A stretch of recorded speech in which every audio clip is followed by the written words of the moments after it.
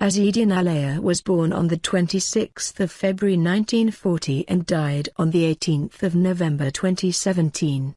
He was a Tunisian-born couturier and shoe designer, particularly successful beginning in the 1980s. After his graduation, Alaïa began working as a dressmaker's assistant. He soon began dressing private clients, and in 1957 he moved to Paris to work in fashion design. In Paris, he started to work at Christian Dior as a tailor, but had to leave 5 days later as the Algerian War broke out. Soon moved to work for Guy Laos for 2 seasons, then for Thierry Mugler until he opened his first atelier in his little Rue de Bellechasse apartment the late 1970s.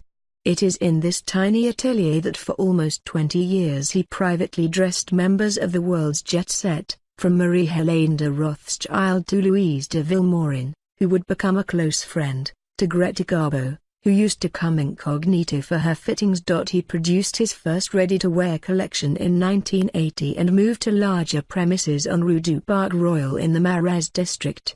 Alaïa was voted Best Designer of the Year and Best Collection of the Year at the Oscars de la Mode by the French Ministry of Culture in 1984 in a memorable event where Jamaican singer Grace Jones carried him in her arms on stage. His career skyrocketed when 2 of the most powerful fashion editors of the time, Melchior Trianton of Depeche Mode and Nicole Crassat of French Elle, supported him in their editorials. However, Alaïa still refused the marketing-driven logic of luxury conglomerates, continuing to focus on clothes rather than at bags. Alaïa is revered for his independence and passion for discreet luxury. Catherine Larder, the former editor-in-chief of French Marie Claire in the 1980s, who also helped to launch Jean-Paul Gaultier's career, stated in an interview to Crowd magazine that fashion is dead.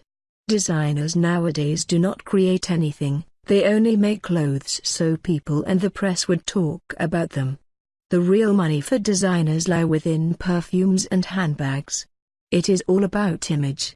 Alaïa remains the king. He is smart enough to not only care about having people talk about him.